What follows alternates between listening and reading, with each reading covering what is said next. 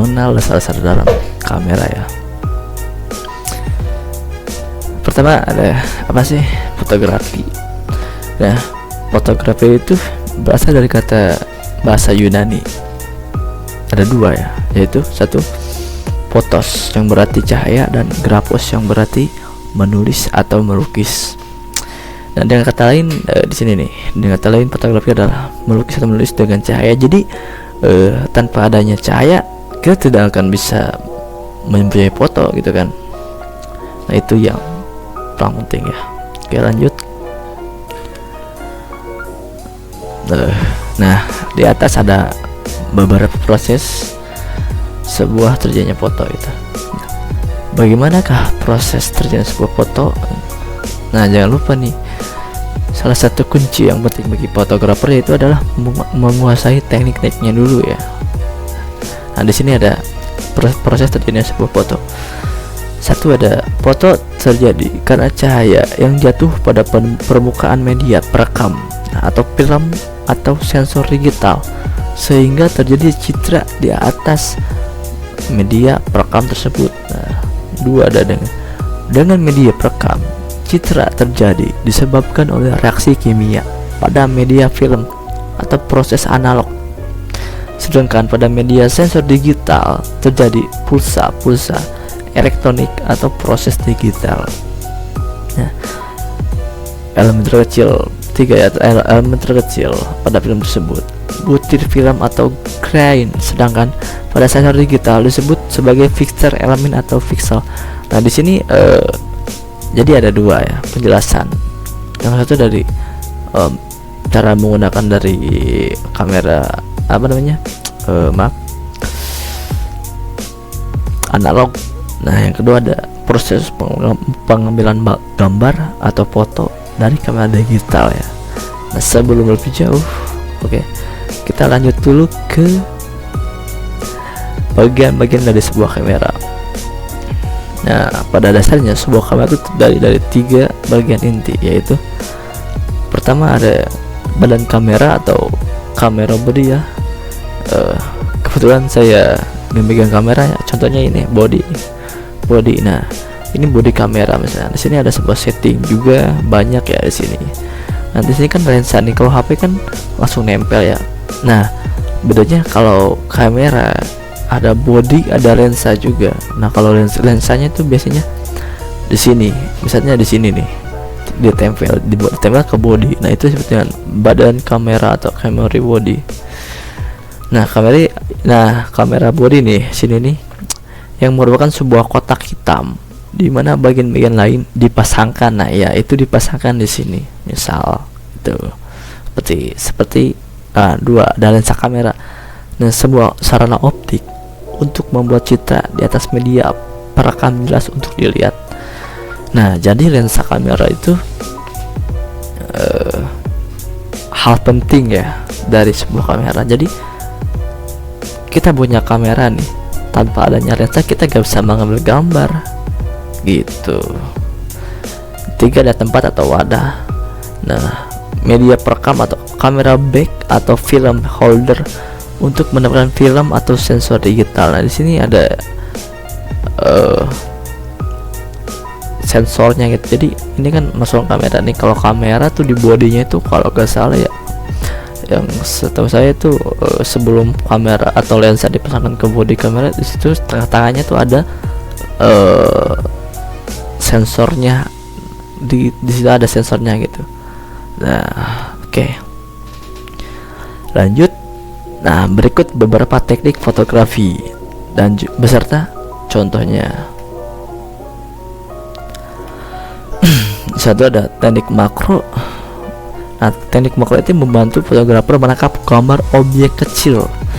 Jadi misalnya ada objek kecil nih, pengen kita foto dengan detail dah, tapi kita harus tahu makro itu apa. Jadi makro itu menggambar dengan sedetail mungkin, yang dekat gitu, jarak dekat minimal berapa senti. Misalnya dari HP nih, HP kan biasanya ada yang 4 cm jarak, tapi bisa lebih ke detail. Kalau kita ngambil jarak jauh itu malah jadi blur ya. Itu teknik makro. Teknik makro itu lebih kayak Nah ini contohnya nih. Contohnya mengambil dalam teknik makro gitu. Nah contoh kecil nih, ini ada sebuah capung sedang hinggap gitu ya. Nah dimana capung ini kan susah ya dapat pemain kayak gini. Nah ini harus benar-benar profesional gitu. Nah ini contohnya ya, dalam menggunakan teknik makro. Nah kedua ada minimalis. Minimalis adalah sebuah teknik dasar fotografi yang memanfaatkan sedikit objek dan latar belakang yang cerah. Nah kalau lihat di zaman-zaman sekarang, rata-rata fotografi senang dengan mengambil objek dengan latar belakang yang cerah dan objek itu cuma sedikit, simpel, rapi, tapi enak dilihat gitu. Zaman sekarang kebanyakan pada minimalis gitu ya. Nah ini contohnya nih, padahal ini cuman sebuah rumah satu doang. Ini ada tanah, rumput, dan ada langit, tapi kok bisa menarik gitu. Nah itulah makanya kenapa jadi dia minimalis gitu. Kalau pengen lebih lanjutnya boleh ditanyakan ya. Ini saya hanya memperkenalkan dasar-dasarnya aja. Nah, tiga ada siluet fotografi. Siluet fotografi adalah teknik fotografer yang menghasilkan gambar objek yang memiliki bentuk bayangan yang terang dari cahaya yang datang dari belakang. Nah, ini nih pada anak-anak yang suka sunrise atau sunset gitu ya, dan ada beberapa lainnya juga bisa menggunakan teknik siluet ini. Dan ini seperti contohnya. Nah ini juga lagi pada main di pantai ya. Ini kayak mungkin sunset ya seperti. Nah ini matriknya siluet. Lanjut ada yang keempat, panoramik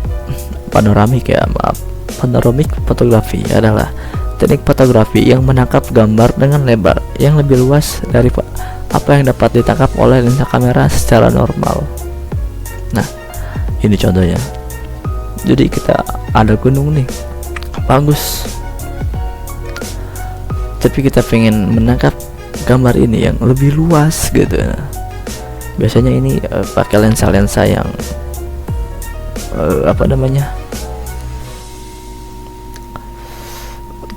tele gitu ya, jadi gambarnya lebih luas gitu, karena kan gunung gede kan, jadi bagaimana caranya mendapatkannya gitu. Nah ini namanya panoramik ya, tekniknya yang diambil.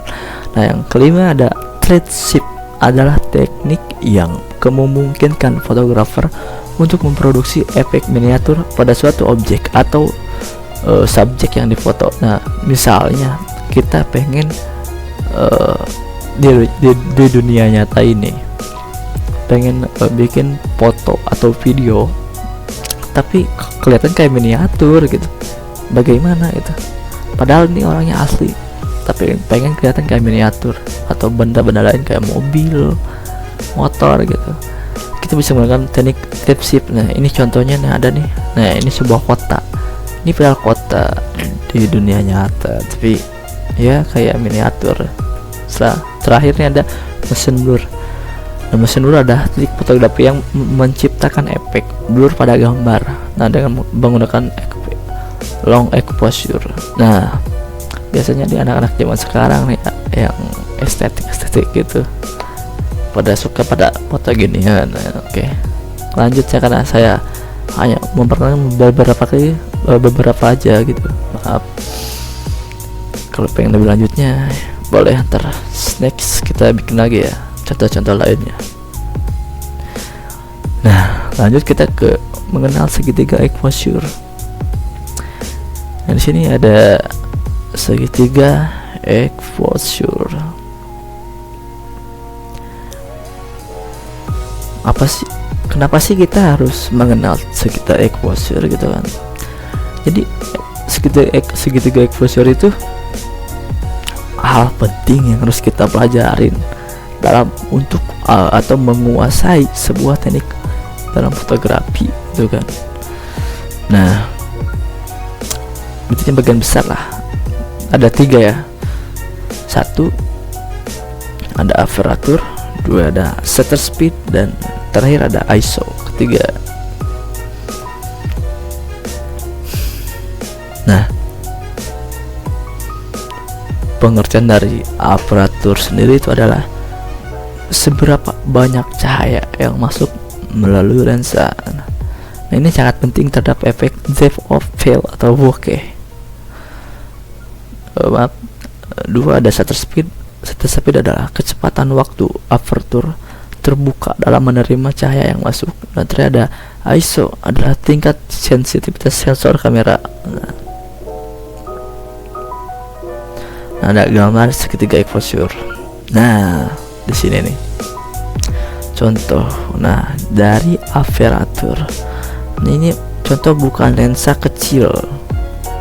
Nah, ini contoh bukan lensa yang besar ya. Jadi kalau kita pengen menggunakan aperture-nya lebih kecil atau bukan lensanya lebih kecil, kita menggunakan f32 atau f22 juga bisa kecil. Sedangnya f8 itu jadi sebagian f-nya semakin gede, pembukaan pada lensa lebih kecil tapi menghasilkan foto yang lebih tajam. Begitu juga sebaliknya ketika kita menggunakan f1/4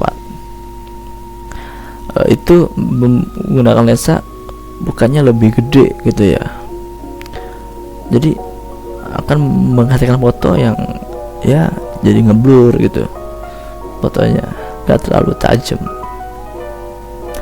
Nah,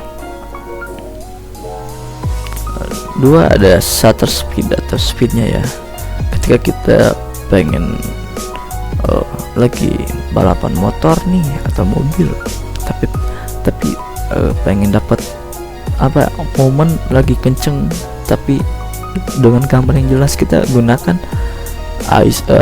shutter speed di 1/25 sampai 1/1000 gitu, lebih besar. Karena apa? Karena dari 1/125 ke 1/1000 itu lebih cepat pengambilan cahayanya gitu, atau fotonya, jadi lebih tajam gitu.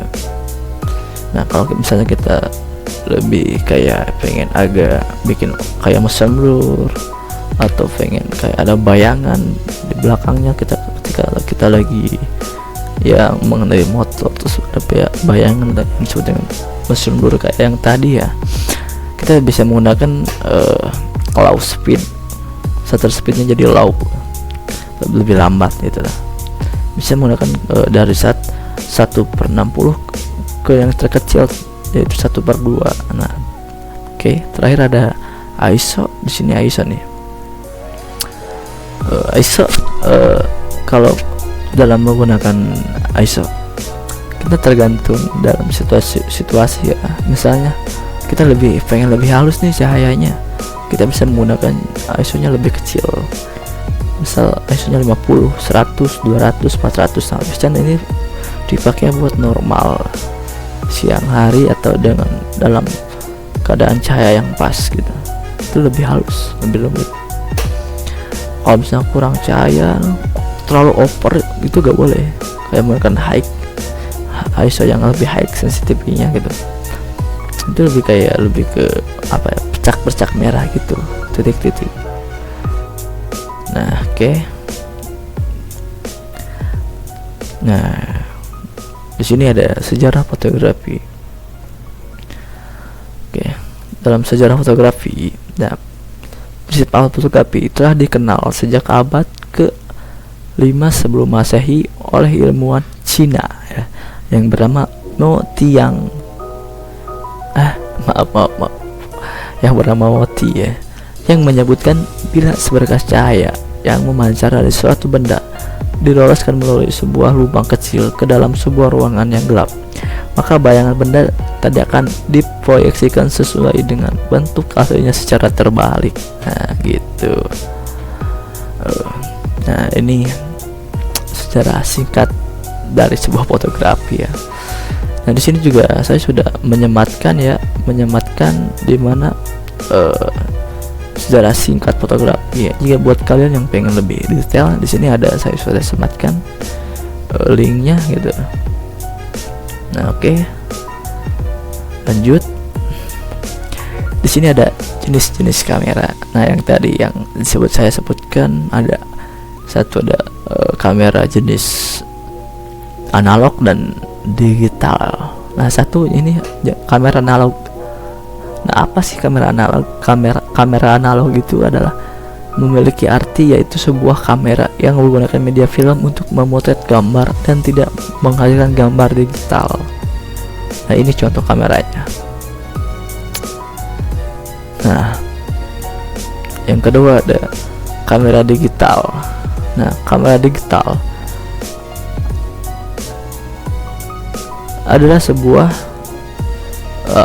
kamera digital adalah untuk membuat gambar dari objek untuk selanjutnya dibiaskan melalui lensa pada sensor, dan akhir-akhir ini sensor BSI CMOS atau backside illumination, sensor yang lebih irit daya untuk kamera yang lebih canggih yang hasilnya kemudian direkam dalam format digital ke dalam media simpan digital. Nah ini jadi kamera digital itu lebih canggih ya, media yang digunakan pada zaman-zaman sekarang ini gitu. Oke, mungkin itu yang bisa saya jelaskan, kurang lebihnya mohon maaf. Terima kasih. Barusan kita sudah mengenal dasar-dasar dalam kamera dan fotografi gitu. Oke, terima kasih. Wassalamualaikum warahmatullahi wabarakatuh. Saya Rizky Maulana pamit. Semoga bisa dijelaskan. Kalau yang kurang paham, kurang dimengerti, silakan ditanyakan di kolom komentar ya di bawah. Untuk video selanjutnya ntar kita bikin